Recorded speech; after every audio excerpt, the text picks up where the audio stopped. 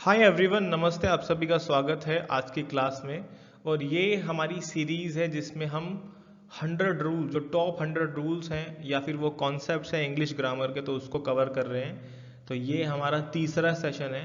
तो अगर आपने पहला सेशन और दूसरा सेशन नहीं देखा है तो आप उनको देख लेना इस सेशन के बाद। अगर आपको ये सेशन देखने के बाद लगता है कि जो मैं आपको पढ़ा रहा हूँ आपको समझ में आ रहा है, तो आप सेशन 1 और सेशन 2 को देख सकते हो। तो हम टोटल 100 रूल्स कवर करेंगे और सेशन 1, सेशन 2, सेशन 3 इस तरीके से आपको जो शॉर्ट वीडियोस हैं, मतलब ये जो वीडियोस होती है वो बहुत ही कम टाइम की होती है, मतलब 10 से 15 मिनट की ये वीडियो होती है, मैक्सिमम 20 मिनट्स। और उसमें मैं एक कॉन्सेप्ट आपको, जो एक कॉन्सेप्ट है उसको कवर करने की कोशिश करता हूँ। इसको मैं प्रस्तुत कर रहा हूँ प्रवीण भारती। तो चलिए इस सेशन को स्टार्ट करते हैं। देखो, तो जो मैं आपको रूल्स बता रहा हूँ कौन कौन से एग्जाम को में आपको हेल्प करेंगे। तो आप अगर किसी भी एग्जाम की तैयारी कर रहे हैं, चाहे वो टीईटी का एग्जाम है, चाहे आप सी टेट, यूपी टेट, या फिर आप एसएससी की तैयारी कर रहे हो, या फिर आप किसी और एग्जाम की तैयारी कर रहे हो जिसमें इंग्लिश सेक्शन आ रहा है, तो उसमें आपको ये जो सीरीज है वो हेल्प करेगी। टोटल हमारी जो पार्ट्स ऑफ स्पीच होती है वो 8 होती है, जिसके रूल्स हमें पढ़ने होते हैं। चाहे वो बेसिक रूल हो, चाहे वो एडवांस रूल हो। अब ये बेसिक रूल क्या है, एडवांस क्या है। बेसिक का मतलब होता है कि जैसे कि 8 हमारी पार्ट्स ऑफ स्पीच होती है, जैसे कि नाउन होता है। तो नाउन के बारे में ये जानना कि नाउन की क्या डेफिनेशन है, कितने काइंड्स है, किसी सेंटेंस के अंदर अगर कोई शब्द, कोई वर्ड लिखा है तो उसको नाउन को हमें पहचानना कि नाउन है क्या, वो बेसिक है। लेकिन एरर डिटेक्शन अगर हमें करना है तो बेसिक के साथ साथ हमें एडवांस रूल भी पढ़ने पड़ेंगे। तो ये जो सीरीज है इसमें मैं, जैसे कि सेशन 3 ये वाला है, आगे सेशन आएंगे तो मैं कभी तो बेसिक्स कवर कराता हूँ, मतलब उसको मैं कॉन्सेप्ट बोल रहा हूँ कि अगर हमें किसी भी चैप्टर का कॉन्सेप्ट पता है तो हम इजीली उस चैप्टर के जो एडवांस रूल है उसको कर पाते हैं। तो जैसे मैंने कहा कि 8 हमारी पार्ट्स ऑफ स्पीच है जिसके रूल्स हमें पढ़ने होते हैं। तो उसको आप कैसे, मतलब कि जो मैं आपको रूल्स रैंडम पढ़ा रहा हूँ, वैसे मैं आपको चैप्टर का नाम भी बताता हूँ कि मैं आज इस वाले चैप्टर से करा रहा हूँ, तो आप इनको, इनके नोट्स कैसे बनाऊँ। तो पहली चीज़ तो ये है कि इनकी मैंने एक प्लेलिस्ट बनाई है। जैसे कि इस तरीके से आप अगर चैनल के अंदर जाओगे तो प्लेलिस्ट में जाओगे, तो इस तरीके से मैंने प्लेलिस्ट क्रिएट करी है कि best 100 rules of English grammar. तो मैं इसको यहाँ पर मैंने इसको ऐसे क्रिएट किया है। और इसके अलावा एक मैंने यहाँ पर एक नया बैच है, जो बच्चे सी टेट यूपी टेट की तैयारी कर रहे हैं, तो उसमें मैं जो पेडागोजी सेक्शन है वो कवर करा रहा हूँ, और इंग्लिश ग्रामर। ये वीडियोस, जो ये बराबर में जो वीडियोस हैं, ये पूरे मतलब 1 घंटे की है, 1.5 घंटे की वीडियो है, पूरा चैप्टर है। जैसे इसमें मैंने 3 वीडियोस पढ़ाई हैं, 2 पेडागोजी की हैं और एक मैंने ग्रामर की पढ़ाई है। ये फुल वीडियोस का मैंने प्लेलिस्ट क्रिएट की है। और ये जो 100 रूल्स हैं या फिर कॉन्सेप्ट्स हैं, तो इसको मैंने शॉर्ट में, मतलब कि जैसे कि आप उनको भी देखते रहो साथ साथ, और इसमें मैं आपको हर दिन एक कॉन्सेप्ट क्लियर कराऊंगा, ताकि आपको एग्जाम में कौन सा कॉन्सेप्ट पूछ लिया जाए तो वो पता नहीं, ठीक है।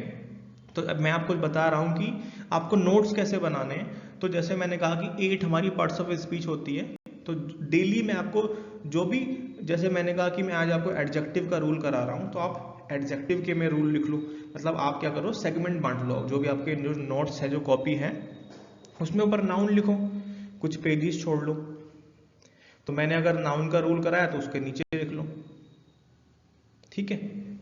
एडजेक्टिव का कराया तो उसके नीचे लिख लो, ऐसे कर सकते हो। या आप सेशन के अकॉर्डिंग नोट्स बना लो कि सर ने हमें जो 100 रूल्स कराने, तो सेशन 1 ने सर ने हमें ये कराया है, तो ऐसे भी कर सकते हो। बस आपको समझ में आना चाहिए। तो जैसे कि नाउन है, प्रोनाउन है, एडजेक्टिव है, वर्ब है, एडवर्ब है, कंजंक्शंस है, प्रेपोजिशंस है, इंटरजेक्शंस है। अब देखो, जब धीरे धीरे हम सेशन करते जाएंगे तो हमें घूम फिर कर वही क्वेश्चन बार बार रिपीट होंगे।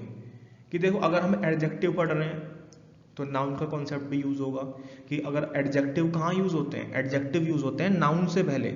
इसका मतलब कि अगर मैं आपको एडजेक्टिव पढ़ाऊंगा तो वहां पर ऑटोमेटिकली हमें नाउन पढ़ना पड़ेगा। इसका मतलब यह है कि बार बार घूम फिर कर कहीं कंजंक्शन आएगा, कहीं पर प्रेपोजिशन आएगा, कहीं पर एडवर्ब आएगा। तो आपको सेंटेंस के अंदर जितने भी वर्ड लिखे हुए हैं, आपको उनका पार्ट्स ऑफ स्पीच पता होना चाहिए कि ये नाउन है, ये कंजंक्शन है। अगर आपको ये करना आ गया तो जो एडवांस रूल हैं वो आपके लिए बहुत ज़्यादा आसान हो जाएंगे, ठीक है। तो चलो फिर हम आज के कॉन्सेप्ट को समझने की कोशिश करेंगे। आज मैं आपको प्रोनाउन का एक रूल बताऊंगा और थोड़ा सा बेसिक बताऊंगा। ओके, तो चलिए स्टार्ट करते हैं। तो प्रोनाउन होते क्या हैं? देखो, प्रोनाउन ऐसे शब्द होते हैं, प्रोनाउन इज अ वर्ड जो किसका स्थान लेते हैं। इसको हम हिंदी में क्या बोलते हैं? इसको सर्वनाम बोलते हैं। प्रोनाउन जो नाउन के प्लेस पर इस्तेमाल होते हैं। तो देखो, अगर आपको नाउन के बारे में नहीं पता है तो थोड़ी सी प्रॉब्लम हो सकती है। देखो, नाउन का मतलब होता है नाम, किसी का नाम है। जैसे एग्जांपल समझो, यहाँ पर लिखा है सीता वर्क्स हार्ड। अब यहाँ पर सीता क्या है? नाउन है। तो हमने सीता के प्लेस पर यहाँ क्या लिख दिया? यहाँ पर मैंने शी लिख दिया। सीता वर्क्स हार्ड और शी वर्क्स हार्ड। इसका मतलब कि नाउन के स्थान पर जो शब्द प्रयोग होते हैं उसको हम क्या बोलते हैं? उसको हम प्रोनाउन बोलते हैं। इतनी बात समझ में आई? अब जैसे आपसे पूछ लिया जाए कि वर्ब क्या है, मतलब यहाँ पर जो वर्ब लिखा है वो क्या है, जैसे मैंने बता दिया कि ये वर्ब है। अब वर्ब में भी हेल्पिंग वर्ब है कि मेन वर्ब है? मतलब आपसे कोई भी शब्द पूछा जा सकता है, जैसे कि सीता वर्क्स हार्ड, आपसे हार्ड के बारे में पूछ सकते हैं। जरा कमेंट सेक्शन में बताओ कि हार्ड जो है वो पार्ट्स ऑफ स्पीच में से क्या है। चलो, इतनी बात हमें समझ में आई कि प्रोनाउंस क्या होते हैं, वो नाउन के स्थान पर प्रयोग होते हैं। अब जैसे कि ये कुछ एग्जांपल्स लिखें, जैसे कि ही, जैसे कि she, me, him, I, hers, et cetera, हमें पहचान में आ रहा है। लेकिन इसके अलावा भी हमें और भी कॉन्सेप्ट समझने की ज़रूरत होती है। जैसे कि सब्जेक्टिव केस क्या होता है, ऑब्जेक्टिव केस क्या होता है। जैसे कि यहाँ पर लिखा है ही लिखा है, तो ही यहाँ पर सब्जेक्टिव केस है कि ऑब्जेक्टिव केस है? अब सब्जेक्टिव केस को, जो सब्जेक्टिव केस होता है, जैसे कि ही यहाँ पर सब्जेक्टिव केस है, मैं इसको अभी बहुत अच्छे से बताऊंगा। ये सब्जेक्टिव केस है, लेकिन इसको नॉमिनेटिव केस भी बोलते हैं, नॉमिनेटिव केस। तो इसको भी जानना हमें ज़रूरत है। बात समझ में आ रही है ना? अब देखो, अब हमें क्या ज़रूरत पड़ गई प्रोनाउन की। देखो, ऐसा होता है कि प्रोनाउन हमें मदद करते हैं। जैसे मैंने पहले भी जो पूरे पूरे सेशन है पार्ट्स ऑफ स्पीच के, मैंने पढ़ाया है कि एक स्टोरी के अंदर अगर 10 पर्सन के बारे में मैं बोल रहा हूँ, केवल एक बार तो मैं सबका नाम बताऊंगा कि भाई एक स्टोरी है, इसमें 10 पर्सन है, लेकिन बाद में मैं केवल दे का इस्तेमाल करूंगा कि वो कहीं जा रहे हैं तो मैं दे का इस्तेमाल कर रहा हूँ। दे क्या है? वो प्रोनाउन है, तो वो तो हमें मदद करते हैं। चलो, तो ये बात हमें समझ में आ गई कि जो प्रोनाउन होते हैं वो नाउन के स्थान पर प्रयोग होते हैं, और वो बहुत सारे होते हैं, जैसे कि ही, जैसे कि शी, जैसे कि हिम। ये उसके काइंड्स हैं, जैसे कि personal pronoun, possessive pronoun, demonstrative pronoun. तो इसको तो मैं आपको जब पूरा चैप्टर कराऊंगा तो मैं आपको सिखाऊंगा। तो यहाँ पर जो मैं कॉन्सेप्ट आपको सिखाने वाला हूँ वो मैं पर्सनल प्रोनाउन का सिखाऊंगा, कि पर्सनल प्रोनाउन। और दूसरा, जो पर्सन होते हैं ना, आपने सुना होगा जो पर्सन है वो कितने होते हैं? वो 3 पर्सन होते हैं ना। एक फर्स्ट पर्सन होता है, एक सेकंड पर्सन होता है, और एक थर्ड पर्सन होता है। तो इसको एग्जाम में कैसे क्वेश्चंस पूछे जाते हैं तो वो हम समझेंगे। देखो, जो पर्सनल प्रोनाउन होते हैं, जैसे कि ये यहाँ पर पर्सनल प्रोनाउन, जैसे कि मैंने आपसे क्या कहा था कि ये सब के सब क्या दिए हुए हैं? ये सब के सब प्रोनाउन दिए हुए हैं। लेकिन आपको क्या जानने की जरूरत है कि सब्जेक्टिव केस क्या होता है। इस एस का मतलब है सब्जेक्टिव, और इस पी का मतलब है पर्सनल प्रोनाउन। तो जो पर्सनल प्रोनाउन होते हैं वो 3 प्रकार के होते हैं। एक होता है सब्जेक्टिव पर्सनल प्रोनाउन, इसको हम एसपीपी बोल रहे हैं। एक होता है ओ डबल पी, इसका मतलब है ऑब्जेक्टिव पर्सनल प्रोनाउन। और एक होता है ट्रिपल पी, जिसका मतलब होता है पॉसेसिव पर्सनल प्रोनाउन।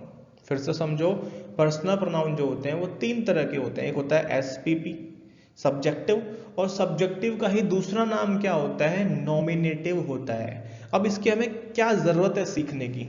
आप इसको समझो कि जब आप आगे चलकर, जैसे कि आप प्रेपोजिशन पढ़ोगे, तो प्रेपोजिशन में एक रूल होता है, जैसे कि बिटवीन। बिटवीन हमेशा 2 के लिए यूज करते हैं, 2 के लिए यूज करते हैं। लेकिन बिटवीन के बाद अगर प्रोनाउन आया है तो वो ऑब्जेक्टिव केस में इस्तेमाल होगा। एक रूल है ये, मैं आपको जब आएगा तो बताऊंगा। लेकिन यहां पर जब आपको ये पता ही नहीं होगा कि ऑब्जेक्टिव के होता क्या है तो कैसे समझोगे? या फिर आपको ये बोला जाए कि इट, इट के बाद अगर प्रोनाउन आता है, इट इज मी नहीं होता है, इट इज आई होता है, इट इज आई। अगर इस तरीके से लिखा है तो देखो आई तो यहाँ पर सब्जेक्टिव केस है, नॉमिनेटिव केस है, तो मैं वही समझाने की कोशिश कर रहा हूँ कि नॉमिनेटिव केस को ही सब्जेक्टिव केस बोलते हैं। लेकिन जब आप किसी किताब में आपको लिखा होगा कि इट के बाद में सब्जेक्टिव केस इस्तेमाल करना है, नॉमिनेटिव केस इस्तेमाल करना, जब आपको पता ही नहीं होगा तो कैसे करोगे? तो ये होता है सब्जेक्टिव केस आई। जैसे कि आई हमारा सब्जेक्टिव केस है और आई का ऑब्जेक्टिव बन जाएगा मी, तो ये ऑब्जेक्टिव केस है। जैसे यू का जो है सब्जेक्टिव केस भी यू रहता है और ऑब्जेक्टिव केस भी यू ही रहता है। जैसे कि यहां पर समझो इसको, आई का मी होता है, यू का यू होता है, ही सब्जेक्टिव केस है और इसी को क्या बोलेंगे? Nominative case. अगर मैं आपसे पूछता हूं कि ही सब्जेक्टिव है या ऑब्जेक्टिव, आप बोलोगे सब्जेक्टिव है। फिर मैं पूछता हूं कि ही क्या है? नॉमिनेटिव है, आप बोलोगे हाँ सर, सब्जेक्टिव ही तो नॉमिनेटिव होता है, बिल्कुल। उसके बाद समझो शी का हर होता है, इट का भी सब्जेक्टिव केस सेम होता है, सब्जेक्टिव भी और ऑब्जेक्टिव भी। वी का होता है अस और दे का होता है देम। इतनी बात समझ में आई कि वी का अस, सब्जेक्टिव केस वी और ऑब्जेक्टिव केस अस होता है, ठीक है। ऑब्जेक्टिव केस एक हमारा होता है पॉजेसिव। पॉजेसिव का मतलब होता है अधिकार, जैसे कि mine, yours, his, hers, its, ours, theirs, ठीक है। एडजेक्टिव, अब देखो एक मैं आपको डिफरेंस बता देता हूं कि जैसे एक माई होता है और एक योर होता है, ठीक है। तो जो माई होता है ना वो एडजेक्टिव होता है। जब एडजेक्टिव का टॉपिक आएगा अच्छे से बताऊंगा।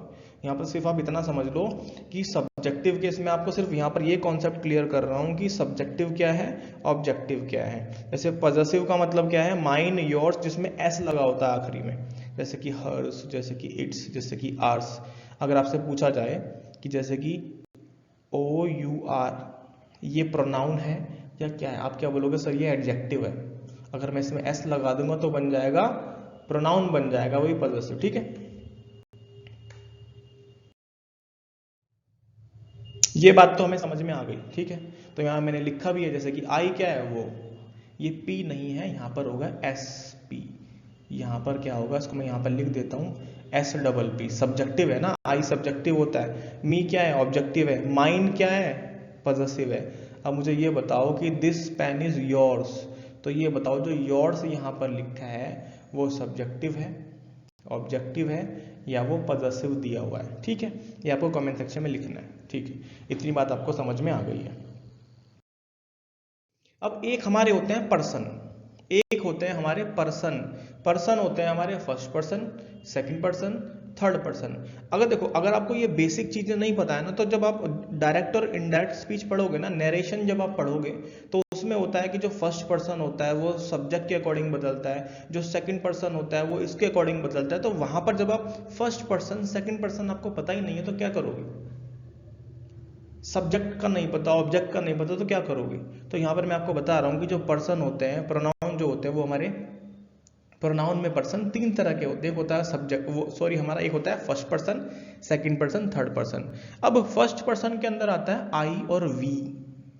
आई और वी फर्स्ट पर्सन होता है। अगर मैं लिखूंगा मी तो वो भी फर्स्ट पर्सन होगा, क्योंकि वो आई से ही ऑब्जेक्टिव केस बना है। वी का अस अगर मैं यहां पर लिखता हूं तो वो भी क्या बन जाएगा? वो भी हमारा ये फर्स्ट पर्सन होगा। यू सेकंड पर्सन होता है और थर्ड पर्सन होता है ही, शी, इट, दे, दोज, और किसी का भी नाम है तो वो थर्ड पर्सन के अंदर आता है। इसको जानने पर आप देखो प्रोनाउन के रूल भी कर पाओगे। दूसरा, जब आप नरेशन करोगे तो उसमें भी आपको मदद करेगा। तो इसको वीडियो को पॉज करके अच्छे से समझ लो कि first person, second person, third person कौन से होते हैं। तो देखो, वीडियो को पॉज करो और एक कॉपी पे लिख के देखो। यहाँ पर इस तरीके से खाली कॉपी लिखी है, तो जैसे मैंने बताया कि first person, second person, third person. तो आप फर्स्ट पर्सन के आगे सोचो कि सर ने मुझे बताया कि ठीक है आई और वी, तो एकदम से लिख लो आई और we first person. Second person में यू होता है, थर्ड पर्सन में ही, शी, इट, दे, किसी का नाम, तो वो थर्ड पर्सन में आएगा। तो आप इस तरह से कर सकते हो। चलिए, अब जो एरर डिटेक्शन होता है उसमें इनका कैसे इस्तेमाल है, अब आप ध्यान से समझो कि जब कभी तीनों पर्सन, अब ये 231 का मतलब क्या है? 231 का मतलब ये है कि जब किसी एक सेंटेंस के अंदर तीनों पर्सन आ जाए, ध्यान से समझना, जब कभी एक सेंटेंस के अंदर तीनों पर्सन आ जाए, 2 3 1, 231। तो इसका मतलब क्या है, इसका मतलब ये है कि आपको जब एक सेंटेंस के अंदर तीनों पर्सन आएंगे तो आपको ये वाला रूल लगाना है। कब? इसकी तीन कंडीशन है। पहली कंडीशन है नॉर्मल सेंटेंस। नॉर्मल सेंटेंस का मतलब होता है पॉजिटिव, पॉजिटिव सेंटेंस। अब ये पॉजिटिव क्या है, एग्जांपल देख लेते हैं। इसको कहीं पर नोट कर लो, 231, 123 और 123, ठीक है, समझ लेते हैं इसको। अब यहां पर समझो, जैसे कि यहां पर आप सबसे पहले तो नंबरिंग करो। जैसे मैंने यहां पर लिखा, ये सेकंड पर्सन क्या होता है, सेकंड पर्सन यहां पर क्या होता है, देखो मैंने यहां पर लिखा सेकंड पर्सन, सेकंड पर्सन, ये थर्ड पर्सन और ये फर्स्ट पर्सन, तभी तो पता लगाओगे ना कि फर्स्ट सेकंड थर्ड कौन सा है। अब देखो यहां क्या लिखा है, you he and I shall study for exam, you he and I shall study for exam. तो इसमें कोई नेगेटिव बात तो नहीं है ना, पॉजिटिव बात है कि भाई पढ़ने के लिए जाएंगे। You he and I shall study for exam, ठीक है, ये बात हमें समझ में आ गई। इसका मतलब पॉजिटिव सेंटेंस है, तो एकदम से आपको ये रूल ध्यान आना चाहिए कि सर ने बताया कि 231 रूल हमारा मेन रूल है, मास्टर रूल है। तो सबसे पहले सेकंड पर्सन आना चाहिए, फिर थर्ड पर्सन और फिर फर्स्ट पर्सन। तो यहाँ पर आप देखो क्या ये रूल सही है, बिल्कुल सही है, 231 यहाँ पर बिल्कुल सही है। अगर एग्जाम में इस तरह से लिखा होता कि ही, यू एंड आई, तब सेंटेंस बिल्कुल गलत होता। तो थर्ड, फिर सेकंड और फर्स्ट गलत हो गया, फिर यू को पहले लिखोगे और ही को बाद में, या फिर आई को वो सबसे पहले लिख दे, कैसे भी आ सकता है, गलत होगा। तो you he and I shall study for exam बिल्कुल सही है। आगे दिया है he and I have finished our work, तो इसमें भी पॉजिटिव बात है, कोई नेगेटिव बात नहीं दी है। अब देखो इसमें देखो क्या पता दो ही हमारे पर्सन आ जाए, पहले वाले में तो 3 पर्सन दिए, इस वाले में सेकंड 2 पर्सन दिए। तो रूल तो हमारा क्या कहता है, 231 रूल है। तो जो नहीं आया उसको कट कर दो। जैसे यहाँ पर अगर हम इसको नंबरिंग करें तो ये थर्ड पर्सन है, ये फर्स्ट पर्सन है, इसका मतलब सेकंड पर्सन नहीं है इसमें। इसका मतलब रूल क्या हो गया, ये 31 रूल बन गया यहाँ पर। तो 3 और 1 लिखेंगे, he and I have finished our work, बिल्कुल सही यहाँ पर होगा, ठीक है। थर्ड वाले में देखो, थर्ड में लिखा है आई, यू एंड ही। अब यहाँ पे नंबरिंग करेंगे, ये फर्स्ट पर्सन, ये सेकंड पर्सन और ये थर्ड पर्सन दे रखा है। लेकिन यहाँ पर क्या दिया है, I, you and he have made a blunder. Blunder का मतलब होता है किसी ने बहुत ही बड़ी गलती कर दी है। एक तो होता है मिस्टेक, एक होता है ब्लंडर। और बिग ब्लंडर और स्मॉल ब्लंडर नहीं होता, खाली ब्लंडर होता है। तो I, you and he have made a blunder, इसका मतलब यहाँ पर गलती है। क्या गलती है, बताओ जरा, क्या गलती है? नहीं, कोई गलती नहीं है। क्योंकि आप ये समझो, क्योंकि अगर नेगेटिव होगा, अभी मैंने बताया ना कि पॉजिटिव सेंटेंस होगा तो 2 3 1 लगाओगे। लेकिन अगर सिन और रिग्रेट दिया होगा, ऊपर देखो ना, सिन और रिग्रेट का मतलब नेगेटिव बात कोई लिखी होगी तो उसमें 1 2 3 लिखोगे, 1 2 3 इस्तेमाल करोगे। क्या 1 2 3 इस्तेमाल हो रहा है? बिल्कुल सही। अगर आपके दिमाग के अंदर यही रहा कि सर ने 231 बताया था, आप इसी को याद करके चले जाओगे तो गलत होगा। नहीं, 2 3 1 तब इस्तेमाल करना जब नॉर्मल सेंटेंस होगा, जब पॉजिटिव बात बोली गई होगी। लेकिन तीसरे वाले में क्या कहा गया है, इसमें ब्लंडर, किसी ने गलती कर दी है। I, you and he have made a blunder, blunder मतलब बड़ी गलती। फोर्थ वाले में क्या है, you and he have done this mischief, mischief मतलब भी गलती है। अब मतलब नेगेटिव बात बोली गई है, जब नेगेटिव बात बोलेंगे तो 2 3 कौन सा इस्तेमाल होगा, 1 2 3 इस्तेमाल होगा। नंबरिंग कर लो, ये सेकंड है, ये थर्ड है। रूल क्या है, मास्टर रूल 1 2 3। कौन सा इसमें पर्सन नहीं दिया, फर्स्ट पर्सन नहीं है, इसका मतलब कि 23 देख लो, बिल्कुल सही है। लास्ट वाला देखो, we, you and they should how get down to work, they should how get down to work. अब देखो ये सेंटेंस पॉजिटिव है। अब आप ये देखो, अब तीसरा मैं आपको समझाने जा रहा हूं कि जैसे अगर मैं आपसे कहूं कि ही हमारा सिंगुलर होता है कि प्लूरल, आप कहोगे सर सिंगुलर होता है, और दे होता है प्लूरल, ठीक है। तो आपको यही चीज ध्यान रखनी है कि अगर जो हमारा जो प्रोनाउन दिया हुआ है, अगर वो हमें तीनों के तीनों हमें किस में दिए हैं, प्लूरल दे रखे हैं, मतलब वो बहुवचन दिए, जैसे कि वी भी क्या है, प्लूरल है, यू भी प्लूरल है, और दे भी क्या होता है, प्लूरल है। इसका मतलब जब तीनों प्लूरल होंगे तो आपको एक ही यूज करना है, 1 2 3। बात समझ में आई? पॉजिटिव नेगेटिव नहीं देखना, पॉजिटिव नेगेटिव नहीं देखना। अगर वो तीनों के तीनों प्लूरल हैं तो आप 1 2 3 इस्तेमाल करोगे। बात समझ में आ रही है? ठीक है।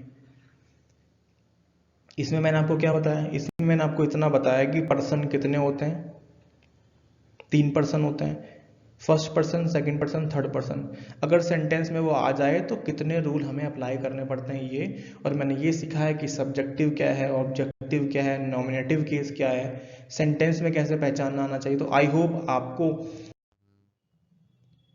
होप आपको वीडियो पसंद आई होगी। ओके, अगर वीडियो आपको पसंद आ रही है और आपने पहला दूसरा सेशन देखा और आप लगातार सेशन को देख रहे हो, ओके, तो आपको ज़रूर बेनिफिट मिलेगा इन सेशन से। अगर आप पहली बार, आपने केवल सेशन 3 देखा है, सेशन 3 आपने देखा है, तो आपको पसंद आ रहा है, आपको चीज़ें समझ में आए, तो आप ऊपर मैंने प्लेलिस्ट तैयार कर रखी है, जैसे मैंने स्टार्टिंग में बताया था, तो आप वहाँ पर जाकर सेशन 1 को और सेशन 2 को देख लो, और फिर से जो सेशन 4 आएगा आपको पता होगा कि हाँ सर ने हमें पहले सेशन में, दूसरे सेशन में, आज तीसरा सेशन है और फोर्थ सेशन में जो पढ़ाएंगे, तो आपको फिर इजीली समझ में आएगा कि हाँ हम किस फ्लो में चीज़ों को समझ रहे हैं। ओके, चलिए, तो आपसे फिर मिलेंगे अगली वीडियो में। अगर आपको वीडियो पसंद आती तो आप अपने दोस्तों के साथ इसको शेयर कर सकते हो। और जैसे मैंने कहा कि ये चैनल नया चैनल है, तो आप इसको सपोर्ट करो ताकि मैं और अच्छे से अच्छी वीडियो आपको प्रोवाइड करता रहूँ। और इसके साथ साथ मैं सोच रहा हूँ कि और सब्जेक्ट पर भी आपको वीडियोस मिले, तो आप कमेंट सेक्शन में बताओ। और ये भी बताओ कि आपको अगर जो पार्ट्स ऑफ स्पीच है, ग्रामर से रिलेटेड कोई रूल, आपको स्पेसिफिक कोई रूल को समझना है वर्ब के बारे में, या फिर कोई भी टॉपिक आपको लगता है कि ये समझने की ज़रूरत आपको है, तो मैं उसको ही आगे कवर करूँगा। तो चलिए, मिलता है आपसे अगले सेशन में। Thank you for watching this.